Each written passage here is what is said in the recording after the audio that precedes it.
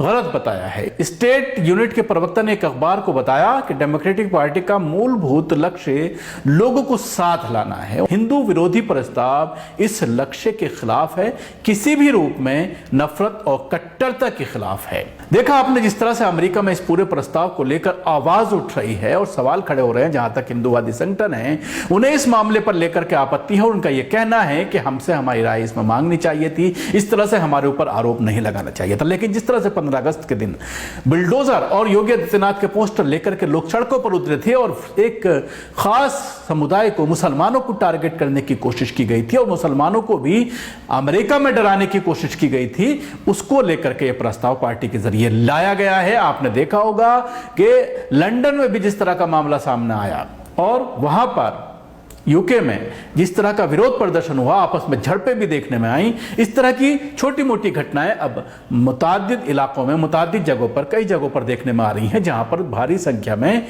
भारतीय हैं, हिंदूवादी संगठन से जुड़े हुए लोग हैं। ऐसी घटनाएं वहां पर जरूर देखने में आ रही हैं। अभी देखने वाली बात होगी कि इस प्रस्ताव पर किस तरह से आगे फैसला लिया जाता है और क्या इसके बाद भारत में जिस तरह से आवाज उठ रही है कि जब अमेरिका में 60 संगठनों को लेकर के सवाल खड़े हो सकते हैं, जो बांटने की राजनीति है उस पर सवाल खड़े हो सकते हैं, तो भारत में क्या मोदी सरकार इस तरह का कोई कदम उठा पाएगी? शुक्रिया। आपको हमारी कोशिश कैसे लगी जरूर बताएं।